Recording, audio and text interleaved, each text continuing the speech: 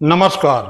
दिल्ली में हुए ब्लास्ट ने सत्ता और आतंक दोनों के चाल और चरित्र को पूरी तरह उजागर कर दिया है। सत्ता बिहार में घुसपैठिए खोजने के डिंग हाँक रही थी और आतंकी देश की राजधानी दिल्ली से सटे फरीदाबाद में काम कर रहे थे। सत्ता बता रही थी कि पंचर बनाने वाले के रूप में आएंगे, लेकिन आतंकी डॉक्टर के रूप में आ धमके। आप कह सकते हैं कि सत्ता और आतंक का ये मॉड्यूल समझ से परे है। सत्ता कहती है अब सीमा पर मार गिराते हैं, लेकिन आतंकी यूपी, हरियाणा, गुजरात और दिल्ली में पाए जाते हैं। दिल्ली से बिल्कुल सटे फरीदाबाद में आतंक का अस्पताल चलाते हैं। आतंकी देश की राजधानी दिल्ली में विस्फोटक लेकर घूमते हैं, लाल किला के पास विस्फोट करते हैं और प्रधानमंत्री मोदी भूटान चले जाते हैं, भूटान से दुख जताते हैं। बहुत भारी मन से आया हूं। कल शाम दिल्ली में हुई भयावह घटना ने सभी के मन को व्यथित कर दिया है। मैं पीड़ित परिवारों का दुख समझता हूं। ये वही मोदी हैं जो मुंबई बम विस्फोट के समय गुजरात से मुंबई पहुंच गए थे और तत्कालीन सरकार प्रधानमंत्री के खिलाफ क्या क्या नहीं बोले थे। सुनिए। तो मुझे जवाब दीजिए, ये जो आतंकवादी हैं उनके पास शस्त्र और बारूद कहां से आता है? वो तो विदेश की धरती से आता है और सीमाएं संपूर्ण रूप से आपके कब्जे में है। सीमा सुरक्षा बल आपके कब्जे में है। मैंने उनको दूसरा सवाल पूछा। हमने कहा आतंकवादियों के पास धन आता है, हवाले से आता है, पूरा मनी ट्रांजैक्शन का कारोबार भारत सरकार के कब्जे में है, आरबीआई के अंडर में है, बैंकों के माध्यम से होता है। क्या प्रधानमंत्री आप इतनी निगरानी नहीं रख सकते? मैंने तीसरा सवाल उनको पूछा कि विदेशों से घुसपैठ ही आते हैं, घुसपैठ ही आतंकवादियों के रूप में आते हैं, आतंकवादी घटनाएं करते हैं, भाग जाते हैं। प्रधानमंत्री जी आप मुझे बताइए, सीमाएं आपके हाथ में है, कोस्टल सिक्योरिटी आपके हाथ में है, बीएसएफ सेना सब आपके हाथ में है, नेवी आपके हाथ में है, ये विदेश से घुसपैठ के कैसे घुस जाते हैं? मैंने चौथा सवाल पूछा। मैंने उनसे पूछा प्रधानमंत्री जी बताइए, सारा कम्युनिकेशन भारत सरकार के अंडर में है। कोई भी अगर टेलीफोन पे बात करता है, ईमेल भेजता है, कोई भी कम्युनिकेशन करता है, भारत सरकार उसको इंटरप्ट कर सकती है। इंटरप्ट कर करके जानकारियां पा सकती है कि आतंकवादी गतिविधि के अंदर कौन सा कम्युनिकेशन चल रहा है और आप उसे रोक सकते हो। मैं पूछना चाहता हूं प्रधानमंत्री जी को, इस विषय में आपने क्या किया है? उनके पास जवाब नहीं था। दिल्ली की सरकार में वो सीना नहीं। कल प्रधानमंत्री जी का राष्ट्र के नाम जो संदेश था, कल मैंने भी मीडिया का माध्यम से अपनी भावनाओं को प्रकट किया था, लेकिन देश को प्रधानमंत्री से बहुत कुछ अपेक्षाएं थी। कल राष्ट्र के नाम उनका संदेश निराशाजनक रहा। पहली बार पाकिस्तान ने समुद्री मार्ग से आतंकवाद के ऑपरेशन का कारण बना है। मरीन पुलिस पहले तो मछुआरों को ले जाती थी, जेल में बंद करती थी, लेकिन बोट दे देती थी। अभी वहां की मरीन पुलिस हमारी बोटों को रख लेती है।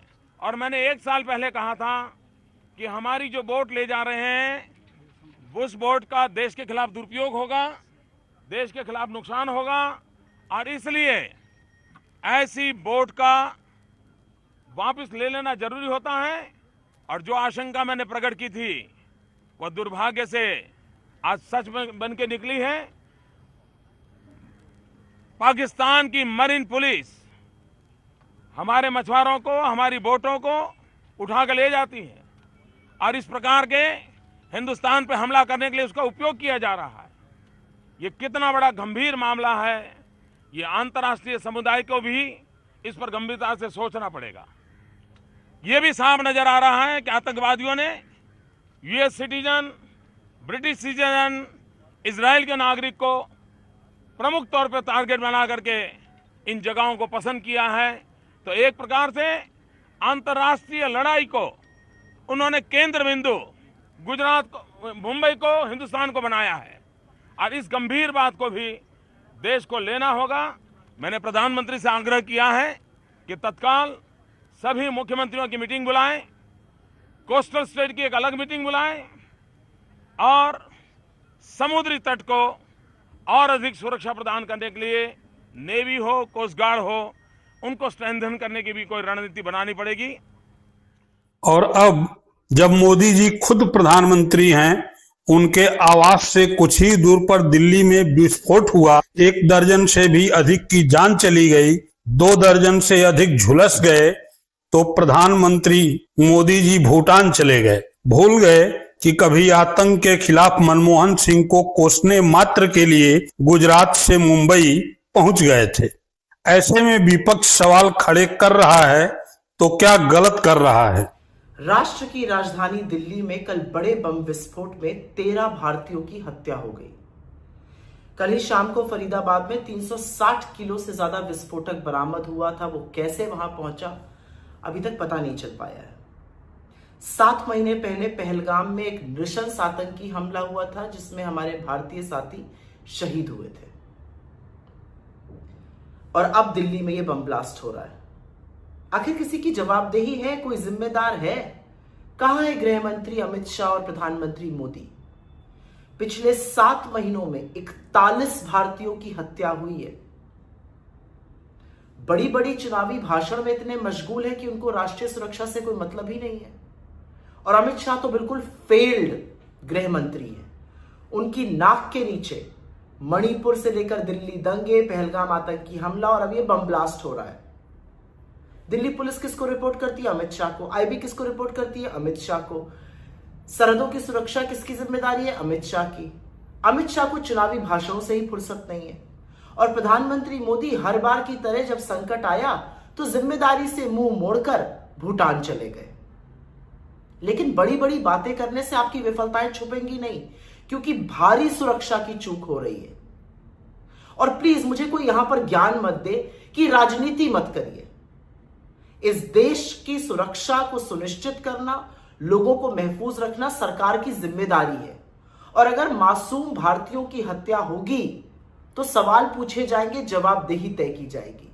क्योंकि एक बात साफ है, यह देश सुरक्षित हाथों में तो बिल्कुल नहीं है। रही बात घटना की जिम्मेदारी लेने की, तो अब न तो आतंकवादी आतंक की जिम्मेदारी लेते हैं और न ही घटना की जिम्मेदारी सरकार लेती है। हाँ, मुंबई विस्फोट के समय ऐसा नहीं था। तब राज्य से केंद्र तक मंत्रियों की जिम्मेदारी तय हुई थी। याद नहीं है तो संसद में दिया गया प्रियंका गांधी का यह भाषण सुन लीजिए और फिर मत पूछिएगा कि क्या वैसा ही अब भी होगा। गृह मंत्री इस्तीफा देंगे। 2008 के मुंबई के हमलों का जिक्र किया, बार बार कहा कि मनमोहन सिंह जी की सरकार ने कुछ नहीं किया। ये तो जानकारी होगी ना कि उसी समय जब वो आतंकवादी हमला चल रहा था तभी उन आतंकवादियों को मार डाला था। एक बचा था और उसको भी फांसी दे दी थी 2012 में। महाराष्ट्र के मुख्यमंत्री ने इस्तीफा दिया। देश के गृह मंत्री ने जिम्मेदारी लेकर इस्तीफा दिया। एक जवाबदेही थी पब्लिक के प्रति, एक जवाबदेही थी इस देश की जनता के प्रति, इस देश की धरती के प्रति।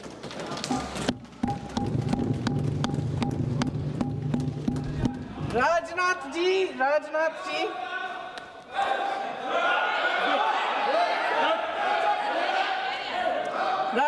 जी तो पुलवामा, उरी और पठानकोट के समय गृह मंत्री रहे थे। आज वे रक्षा मंत्री हैं और हमारे गृह मंत्री महोदय श्री अमित शाह जी के नाक के नीचे पूरा मणिपुर जल गया। दिल्ली में दंगे हुए, पहलगाम में हमला हुआ और आज भी वे उसी पद पर बैठे हैं। क्यों? अध्यक्ष महोदय, बमबारी से अखबारों के हेडलाइन बनते हैं, मगर कहानी सुरक्षा में की चूक में भी है। आज देश खोखले भाषण नहीं सुनना चाहता। देश जवाब चाहता है, तसल्ली चाहता है कि सच उससे छिपाया नहीं जाएगा।